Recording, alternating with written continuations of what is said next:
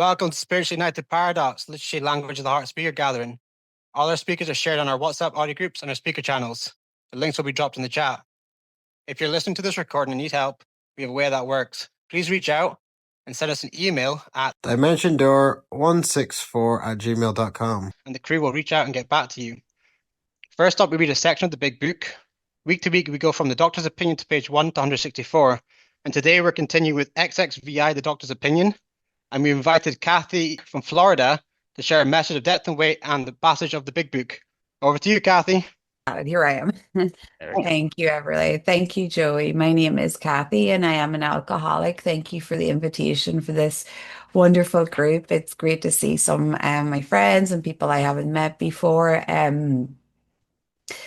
was really struck. I'm an alcoholic and an addict, and I was really struck whenever you called out at the start, for anyone listening to this recording and needing help, and how important that is, because these recordings are so valuable. The amount of people that I listened to when I was new, when we didn't have this online platform, and I didn't have a way of contact. So thank you for that. And yes, so today we have this lovely passage on the Doctor's Opinion on page XXVi. It reads, frothy emotional appeal seldom suffices. The message which can interest and hold these alcoholic people must have depth and weight. In nearly all cases, their ideals must be grounded in a power greater than themselves if they are to recreate their lives. If any feel that as psychiatrists directing a hospital for alcoholics, we appear somewhat sentimental, let them stand with us a while on the firing line, see the tragedy, the spurring wives, the little children. Let the solving of these problems become a part of their daily work and even of their sleeping moments. And the most cynical will not wonder that we have accepted and encouraged this movement. We feel, after many years of experience, that we have found nothing which has contributed more to the rehabilitation of these men than the altruistic movement now growing up among them. And what a beautiful passage. And my sobriety date is March 13th, 2016. Just get the stats out of the way. My home group is the Big Book Comes Alive Step Study Workshop online. I have a sponsor, and I work with others. And a couple of things come to mind when I read these paragraphs. First is how I never thought that I hurted anyone with my drinking. And second of all, how my family and my sister cried out to me to stop drinking. And none of that works. And this frothy emotional appeal, my mother used to tell me that, I need to go and get myself sorted. I need to stop drinking. Don't you see what you're doing? My sister told me to come to Alcoholics Anonymous. That's how I got to the rooms at 22. She said, I heard about your drinking. And I came for a while, and excuse me. And that wasn't my first sobriety date. Actually, for 4 years, I came in and out of Alcoholics Anonymous because I was doing things like just going to meetings, picking and choosing what I would do. And quite frankly, I did not know what I suffered from. And this movement that we have, CAA, all the A's, if you want to call it, this selfless movement. Gosh, I am so grateful for it. When I came in, like I mentioned, I did not understand what people were grateful for and how this 12 steps, this book, this sharing at meetings, this getting a sponsor would help me in any way. Um, I didn't hear a lot at the start of it talks here about having this message of depth and weight, and I didn't hear a lot of that. I have a mind that I'm relying on to keep me alive that's actually killing me when I get here and I don't know it. And I would go into the rooms and I would just compare. I thought it was about how much I lost or what I had done or what I had drank, and it was none of that. I come to find out. And And that was my experience. And what did happen at the end, was that when I eventually got back to the rooms by this power greater than myself, that, you know, it had no idea I was coming in here to have a relationship with, had no idea it was keeping me alive, had no idea that such a thing could help me. Um, this power that brought me back, had me in the room one night when at my home group back in Ireland. I'm 6 months sober and I'm dead inside. I'm really sick and I don't know it. And I love in the book it talks about this actor who leads a double life, and I was doing that in sobriety, very clearly young in sobriety, but I couldn't be honest. I did not know what it meant to be honest, um, and someone approached me that night, and what was really going on, but I wouldn't have told you, was how do I kill myself? This was going on for 2 weeks because I knew that alcohol, drugs, it stopped working for me. You know, to say that, oh, it just stopped working like that, it sounds kind of like, I don't know how it sounds. It was painful at the end, as we know. It didn't just stop working. It wasn't covering up the pain and the guilt and the shame, and I couldn't get drunk or couldn't get high at the end, and we find ourselves in that rock in the hard place, and that's where I was at the jumping off point. But sober, going to meetings, doing a lot of service and wanting to kill myself. Because that's the kind of mind I have. That's my solution. The alcohol won't work, the drugs won't work. So you know what? I'm just going to end it. Like that, that is the thing I'm working with when I get here. And so I needed help and I did not know how sick I was. And someone approached me, like I said, and they had a message of depth and weight.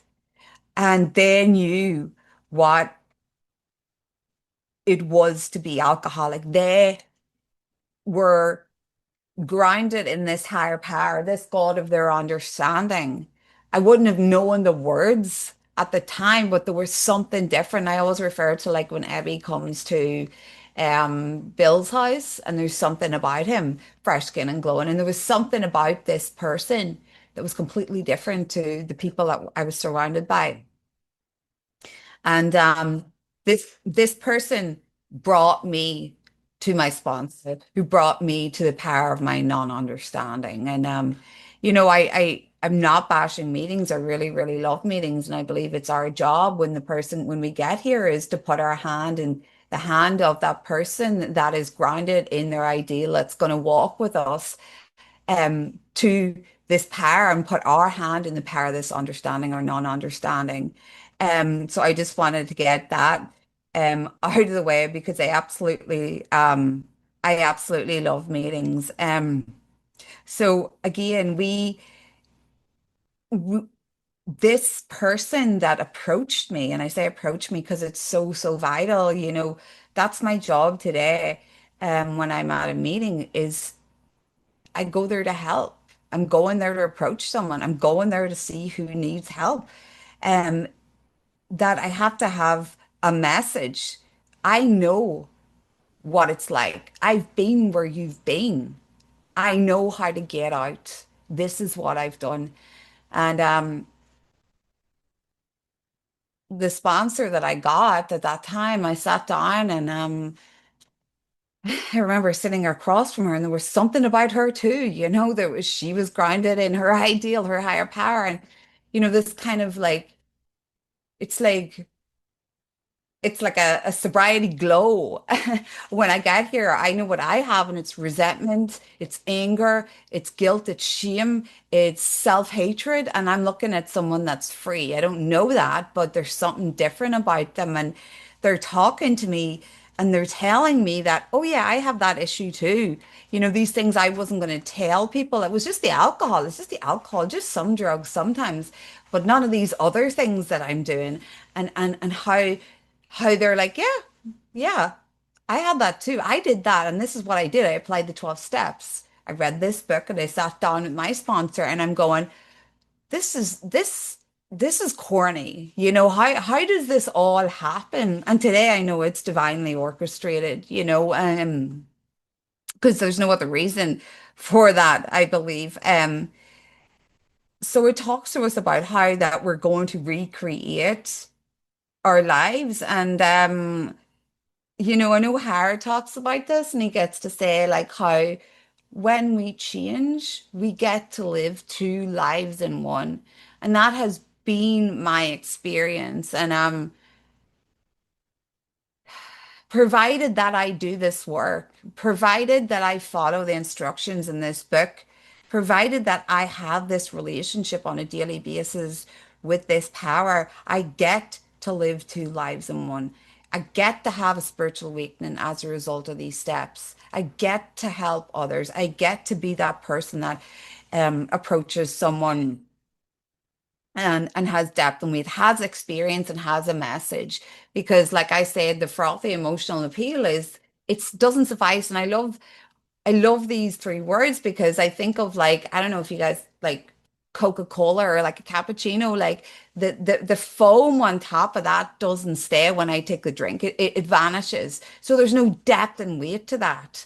But that being the people that were trying to help me around me, it just didn't work. But that recovered alcoholic, the person that there was something about that I just talked about, that had a message, that had experience, that was grounded in this paragraph of themselves, that had a different life, like the people you meet, and you're like, I get it. Like I understand how you did that in your past life, but I really can't understand it. Like I can't play it out that you did that.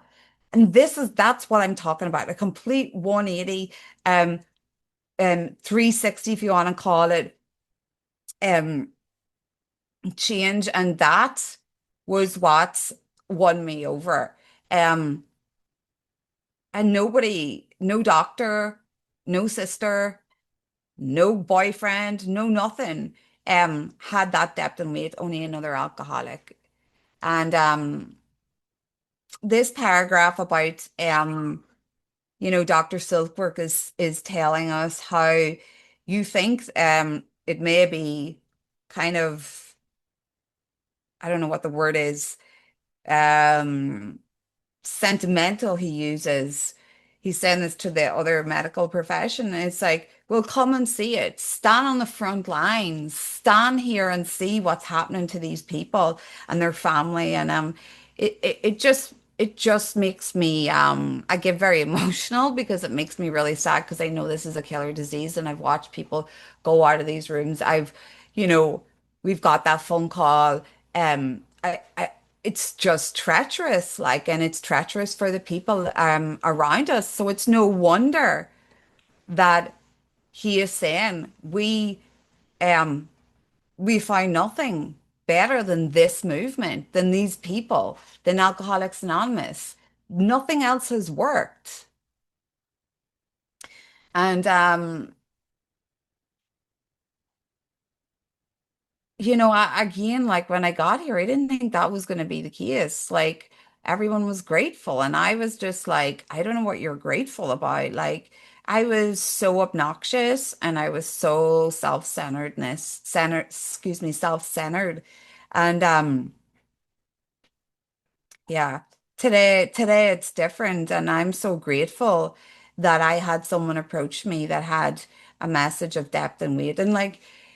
It wasn't a war story. It wasn't like, I drank this amount and this is what happened and so on and so forth. Like that talked to me about the illness, that talked about like it talks about in the previous paragraph, who your speaker probably was shared about last week, was that I have this allergy, which when activated is this phenomenon of craving. Like that's what I'm needing to be, that's what I need my sponsor, that's what I need the person approaching me to talk to me about the depth and weight of this medical diagnosis for this illness. It's not about how much I drank or where I drank or when I drank. Yes, that can be important one-on-one, but I need to be told that I have this. Do I have this? And not need to be told, just open the book and read it and say, is this me? When I drink, do I have this phenomenon of craving? And I remember coming in and and thinking this was the biggest load of, like these people can't drink, like, because they're talking about the first drink gets you drunk. And I did not get it. So I thought it was about every time I'd go out, first of all, I thought I was making a choice and to pick up a drink. And second of all, I thought it was about control and manageability, the amount that I was going to drink. So I was like, I don't know what they're saying. You get drunk on the first drink. I didn't understand it. And today I can put it beside what is in this previous paragraph about the phenomenon of craving. Because the first one sets off the phenomenon. It's not explainable, but it is today. But I don't go into all of that. Howard is all those documents and information. It makes my hair crawl. I just know that when there's alcohol into my system, I'm looking for another. And what feels like a choice is not a choice. I had a real deep experience when I sat down with my sponsor with this, because no one had ever really sat down with me and talked about the physical allergy in my body. See, I thought it was all a thing of mental willpower, and I never knew that my body was different. My body is different than my sister's. My sister's 14 years, not 14, 14 months older than me. I had these friends that were drinking more than me.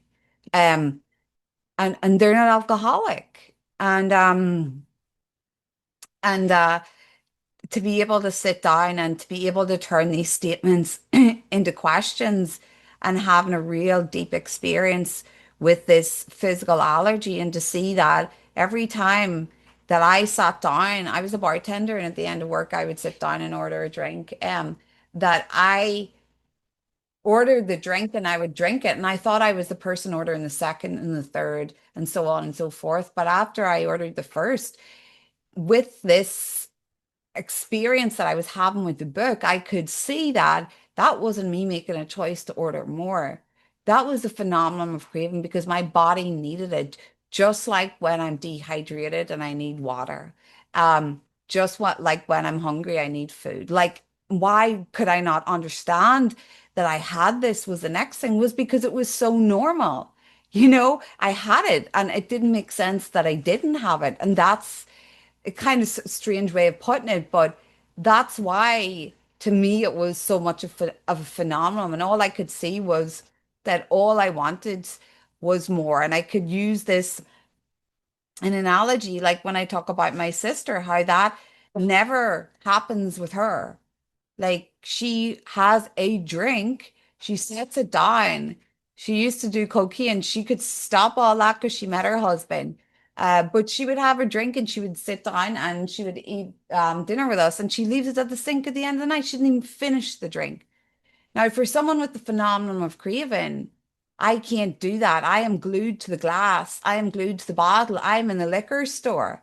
Like, party on. Like, it doesn't really matter who's around me or who's not. I need the next drink. And she doesn't have that. And that was just mind-boggling, mind-blowing that my body is different, that she does not get the phenomenon of craving. Even though she might get drunk, she doesn't get the phenomenon of craving.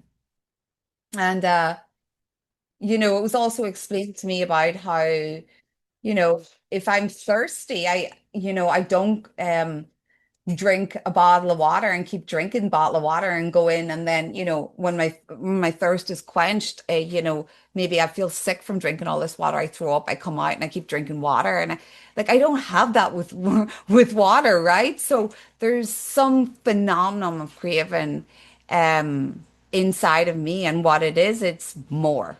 It's more.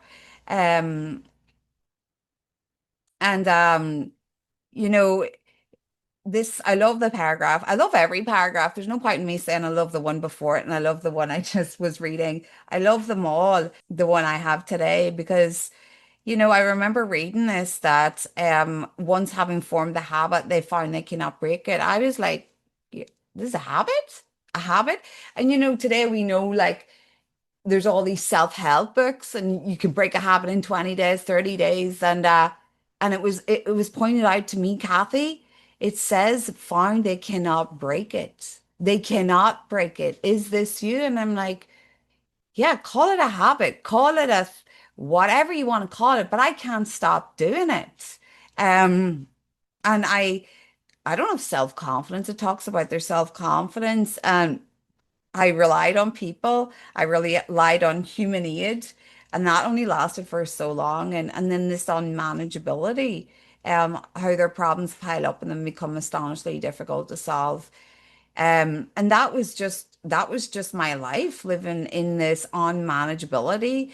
Most of it internally, because the internal manageability would would pop up a good idea in my mind that, you know what, I'll be able to have two tonight, or I'll be able to do a line just, I'll just not do any more than three. And I'll not buy it, I'll just use his. And all of this nonsense. But it was because I was so uncomfortable in myself. And I had never, ever, until I got to the rooms, met people like me who knew what the problem was and what the solution was and how to apply it, who had a message of depth and weight, and who were transformed on the inside. And it was very, very clear to see. Um, I had never ever, you know, had that. I never had experience with that. And this movement, I love the way it talks about this selfless movement now growing up among them. Like how much has that grown today? Like we had like A, we have C, there's like 300 and something fellowships. Talk a little bit about the spiritual malady per se, because this is really for me um, the root of it all, and myself is the root of my troubles. And wow, when I got here, I didn't think that was the case. I just thought it was the drink and the drugs, and even at that, it took me 4 years to see that when I tried to stop, I just couldn't. Like I thought I could just stop when I wanted. Like I thought I had a choice and I couldn't. And I'm drinking against my will. And I never liked the taste of alcohol until I liked it. I didn't like some of the things I took, but I liked what they did for me. And I see today, and I know today that I had a treat, that inner disturbance, that restlessness, that irritability, and that discontent with something, from a very, very young age. And I'm sure a lot of you guys identify with this. Like from the age of 5, my first day of school, I walked in with my dad and I was terrified. I stood by his leg. I wouldn't let go of him. And I could have did with a shot of whiskey. I really could have did with a shot of whiskey. Um, and that's pretty much who I was. I was always anxious, always introverted, always shy, always had to play alone, but always wanting to be a part of, always wanting what you had, not seeing what I have. Um, Very, very awkward. And at the age of 12, I picked up a drink, and I really like to emphasize this to say that you can see where I have been so uncomfortable for all those younger years of my life, not knowing that until I come in here, that at the age of 12, when I pick up a drink, everything inside of me changes. Everything inside of me. I mean, my whole perception on life changed. My mom had left. My parents, I grew up in a house of chaos. That doesn't make me alcoholic. Um, um, it was just such a bleak time in my life. And when I picked up that drink, like I said, everything changed in me. I felt like I could talk to boys. There was boys there. It was a family party. I felt like I was normal. I didn't feel like a weirdo. I felt like I could, you know, socialize with people. Now I tell you this now, but at the time I didn't have those words for it. But what changed was my perception of life. I was no longer interested in school, was no longer interested in getting grades, no longer interested in go to college, no longer interested in like, having some kind of potential in my life. It was all about how can I get the drink? How can I get out? How can I get what I want? How can I get the money? How can I get the status? Like everything changed. And you know, I thank I thank the substances because I really was someone that younger that had a lot of suicide ideology, but you wouldn't say that. Um, I never told that to anyone growing up. And like when I came to the rooms and I heard things like that and I was sold. I'm like, you guys are my people. But the point I'm trying to say is alcohol kept me alive. Drugs kept me alive. Like it is absolute torture being in myself. And like I'm not advocating for substance. I'm just saying what it did for me. Um, until it was what it was doing to me. And at the end, like I mentioned, it was, I was on the stage of drinking to oblivion. I could not see any reality. I could not face anything. I just had to work to drink to work. And that's what I did for a very, very long time. Probably my last run was about a year. Um, and that moment of clarity where it's like I can't stop myself from starting and I can't stop, period, and I can't get back to the rooms and I really actually want it. And that was just terribly, terribly frightening. But I am so grateful, y'all, for that because, nobody, I'd left coming to the fellowships and no one had tried to you know, rope me in or persuade me, come back, come back, come back. They just let me have that experience, let me be licked with dignity and grace. Without it, I didn't have much of it, but they loved me that not that much to let me go and have that experience. Nobody could have given me that. No platitude, no person, no meaning. I had to be beat into a state of reasonableness. Um, And like I mentioned, I came home to Ireland and I do want to talk about the solution a little bit more. Um and we didn't really have a lot of people talking about the big book. And since I had been introduced to it and been introduced to sponsors in the United States, I knew that was a thing, but I just didn't see a lot of big books around. Nor was I wasn't jumping for joy to try to find someone or anything like that because the pain wasn't bad enough. I like the until it was bad enough, But I suppose what I'm trying to say is those 6 months, those teetering around, those going to a lot of meetings, those old timers listening to their one-liners. What happened for me was it brought a new sense of like, this is the new normal. Like I'll accept the new normal being miserable and I'm not drinking until I can't accept it anymore, which is like, how do I take my own life and where do I do that? To a different level, a different, a different level of pain. And it's always pain. It's never by virtue. It's never a good idea to change. It's never, that's just the way I'm wired. It's the nature of the beast. My butt got to be on the line and my heart better be ready to stop. That's when I'm ready to, do something. Because it was always like when I get jammed up or lose something on the outside, more importantly, I was losing what I had on the inside. It was always like, is it really that bad? I still got the apartment, I still got the job I can't show up on time for, the job I can't even work at and I'm stealing from. Like, but is it that bad?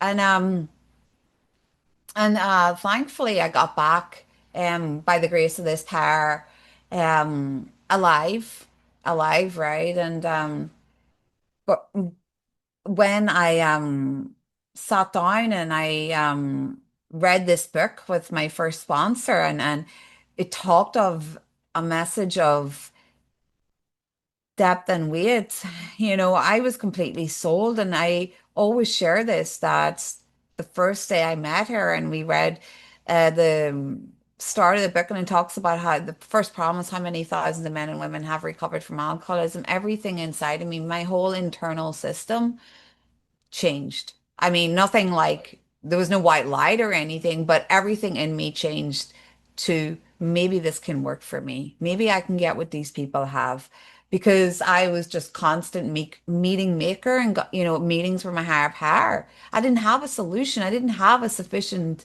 um solution, like I was talking about a minute ago. Like I'm either going to treat my spirit with that spirit, the chemical, alcohol, or drugs, or I'm going to treat it with this infinite spirit, this, you know, spirit of the universe, God, my creator. I have two options. And and so what was I going to say? Yes, everything in me, that's where I was. Changed just like that day when I picked up that drink when I was a 12-year-old. My whole perception changed. I got hope. I didn't know it was hope at the time, because I wasn't like hearing a message of depth and weight in the rooms. And that's not their fault. That's just the way it was. And I didn't have someone that sat across from me and had this glow in their eye and this freedom until I did and had this, I did what you did and this is how I got out. Um, and I think of how many people we pay and how many people we see to give me, I'll speak for myself, to give me what I think is wrong with me or something other than alcoholism. I can't have alcoholism. There's absolutely no way. Like that's how I was, and last house on the block, here I am by the grace of God. And and you know, we started in on this book and to see that I mentioned it, I started talking about it there, the phenomenon of a craving, but more important is the mental obsession. Every time for 4 years, I tried to stay sober with all good intention, all good promises. But the insanity of the first drink would always lead me back because uh I'm having a blank. What's the word I'm looking for? Because I have an alcoholic mind and it's untreated. Like if I think about it and I want to apply logic to it, if I'm an alcoholic and I don't treat my mind in another way, a spiritual solution, what is the equation equals drinking? That's just the way it is. I'm an alcoholic. So it's a pretty damn miracle that we're all here, sober and clean. Like, think about it. Like, we are not dead. We were probably brought to the gates of insanity. We're here, we're alive. There's a job for us to do, lads. Um, you know, um,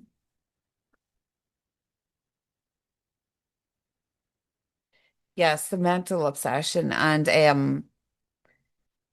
and I can't rely on my mind, this thing that I was relying on to make decisions, to support me. This thing is killing me. And it's killing me right now. I see in the form of I want to die or I want to have a drink, and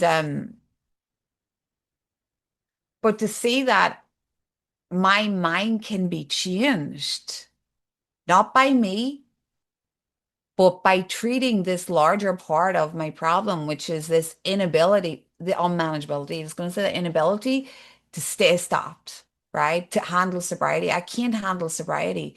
You know what I mean? It's like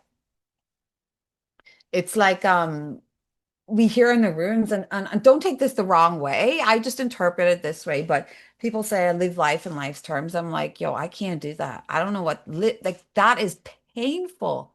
I gotta live life on God's terms. I can't live life on life's terms. Life sucks. If I'm living in a third dimension or two dimension, it sucks. Um, so I have to get reorganized on the inside and I can't do that on my own. And I see that these bedevilments are just wrapped around my neck and they're strangling me. And I know a speaker talks about this and I love it. So kudos to them. Um, is the spiritual malady the is like the leaves blowing sorry, the spirituality is like the wind, but you just see the leaves blowing. And like how true that is, you just see the manifestations. I don't see it when it's on me. You know what I mean? When it's on me. And I'm always the last to find out. So, there's no way I can absolutely work step one perfectly because that would mean that I'd have to, be able to, not have any bedevilment any day of the week or any hour of the week. And I don't live in the bedevilments. But I've had days where I'm like, it's them. It's them. And then I'm like, oh, two people are annoying you, Kathy. You're starting to have trouble with people. It's not them. How quickly I am to forget that I have things called character defects. That's why I have a 10 step. Um, and but I got to see that I have a huge problem. I am powerless and I will drink. That's the promise. I'm gonna drink. I'm gonna use. And in my case, at that time, it was like, I'm gonna take my life. And I hear things in the room like that's so selfish and everything. And like, fine, that's just how people feel. I'm not here to debate, but like the way I like to look at it, like the when we drank, when we used, when we had those things was it makes sense. If we're in pain, we're going to do those things. So I can't judge, you know. But I had to look at what was the solution. I had to look at was I willing to believe um, in a power greater than myself? Was I willing to believe in something bigger than this obsession to kill myself or to use or to act out? Is there something?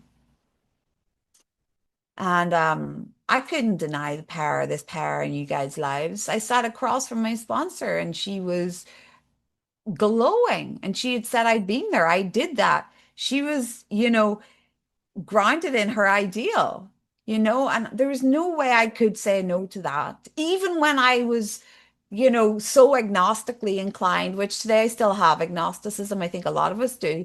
But when I came in, it was like, oh, I don't know. I really don't know. And I'm like, I prayed to this thing when I was hungover and didn't want to leave my job, but now I don't know. But I couldn't deny that it was in you guys. You know what I mean? I couldn't deny that. And I said I do. And all for me at the start was this is power because I'm still a woman in logic, and that's fine. But I was like, well, if I'm powerless, I need power. I'm a big doo-doo. But it was a wonderful experience to have in sobriety, to have a step one experience, as with the experience out there clearly. Because what happened for me when in that kind of second surrender, when I was sober and desperate and living in bedevilments, was I will do absolutely anything this book asks me to do. Whatever you want me to do, I will do. And I really didn't balk, and I know that's not everyone's story. Um, yeah. And then to see, that I'm this actress running the show. Everything would be fine if you acted the way I wanted you. If people did as I wanted them to do, if things were as I wanted them to be, then I'll be fine. If I can only be safe in this world, then I'll be fine. My life run by me is not a success. It's running downhill fast, and I'm hurting you in the meantime. And that's how I operate. Some days I show up and I'm kind and considerate. The next day I'm like, gosh, that didn't work. It didn't get what I wanted, or what I wanted was not really what I wanted. So maybe I got to be a bully the next day. Those are all of my little tools in my self-will kit. And when I read that in the book, I remember thinking, I relate to this more than the drinking, because this is how I grew up. I always had to manipulate. I always had to find a way to get by, to get what I wanted. And it was all about me. It was all about me and it was all for me. And when it tells us in the book, like selfish and self-centered is the root of my troubles.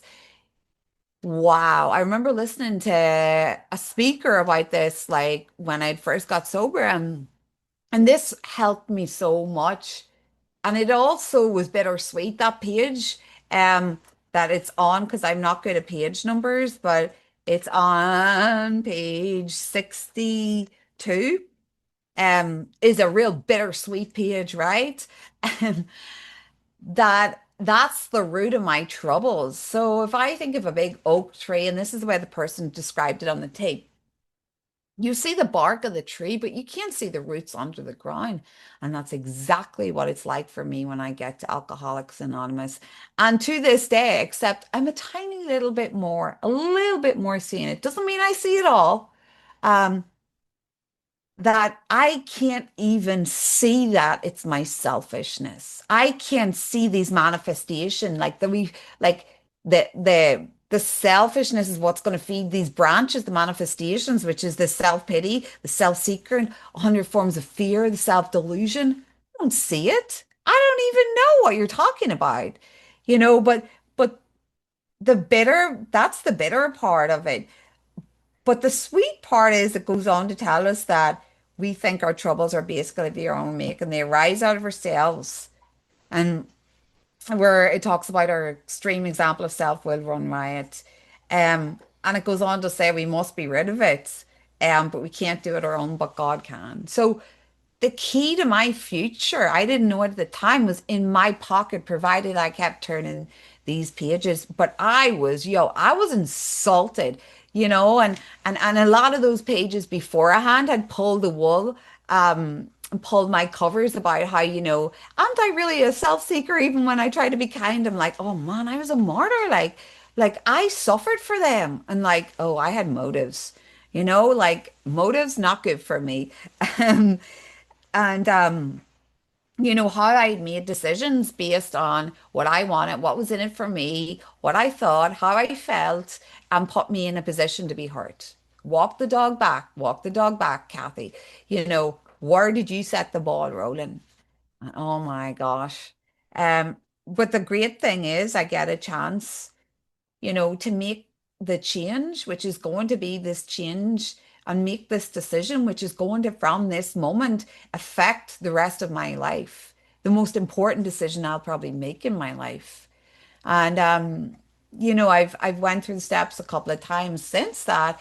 But at that first time that I went through it, it was clearly just, okay, I'll do this. And I was writing inventory. Thank you, Everly. Um, and that's how it was. And today I know there's a lot more to it than that for me. It's to see that my life runs self will is it a success? It's absolutely nothing.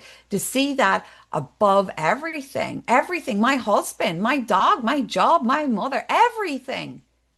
I got to be rid of this because it will kill me. And it never looks like here's a drink it, Kathy. It looks like, can you believe my husband didn't support me? Can you believe the next door neighbor shunned me? Can you believe that person pulled into the that I'm driving in? And sooner or later, it's in my hands, because I need ease and comfort. And and so then I got, launched into this fourth step. I was told that that is going to be the start of the rest of my life. And I did not know what it meant. And I was kind of scared because I heard things in the rooms, but it talks about a fearless moral inventory. I'm just getting down to the truth that's already inside of me, except I'm not looking at it. It's buried, right? These things that I heard someone say that I am not, with God, I am not these things enough in that fourth column. But to look at my resentments, my fears, and my sex conduct, and to see that the world doesn't evolve around me, to see how I hurt you, to see how my defects of character are running the show and I'm just going to meetings, to see that how some of them protected me and served me, but they're no longer doing that. To see that I actually wanted to keep some of them the first time and what I had to do in step 6 to move forward. To see that my life being run by me and on self-reliance is what the problem is, and that I'm the problem and relying on me. I'm not a good God. Like I'm just not. And to see that, relationships, like I laugh, but this was the way my brain thought when I would be in a relationship was like, what's in it for me? What do I get? What are you doing for me? Like I thought I actually thought that's the way people live their life in relationships. And I come to find out that's not how I live in a relationship. It's about what can I bring to this relationship? How do I show up with God's help, with that sex and seeing and sound sex ideal, with God's help to be a different person every single day? You know, I had to make amends to Howard yesterday. Like, this is real stuff here, you know what I mean? And it's like, I'll never be the void of self, I believe, until I'm 6 feet under. You know, it's just the nature of the beast. But I have a solution today. I know how to apply the program. I have a sufficient solution. I'm not drinking. I apply these principles and to go on and share all of this stuff in my fourth step and to be humbled. I remember saying to my sponsor, I feel kind of sad. And she's like, you are being humbled. And I was like, oh, okay. You see, it's not even that I know that I'm not selfish. I can't see it until I do inventory. I can't see it. I'm almost frozen. I'm almost numb to what I'm doing in my life. Um, and in my fifth step, to sit across from this woman that I told you about who had this message of depth and weight and who's grounded in her ideal and it told me I'd been through that and I've came out this way and this is my life today. To sit across from her and tell her all these things that was wrote on my page and for her to nod her head, for her to come over and sit beside me and put her arm around me in a cafe. I was like, this is a bit too close. Um, but when I did that step, I you guys know what that step's like. For me, it's one of my most favorite steps is because I was now in harmony in 3 dimensions with you, the physical, my sponsor, with God, who's the spiritual, and with myself, my head, 4 through 7, and the home I live in 3 dimensions for the first time in my life. I'm feeling right. I'm feeling okay. The guilt and the shame's just gone. And even better when we get to take someone through it and we get to sit and hear it. It's an absolute honor. I'm going to end now because my time's going to. I'm like, yo, this is why I did all these things and God kept me alive and brought me here because I get to help you. That is so awesome. This spiritual currency, you can't miss it. It's just unbelievable. I just get goosebumps. I get God bumps. And that's all I have today. Thank you for having me. Yeah, thanks, guys.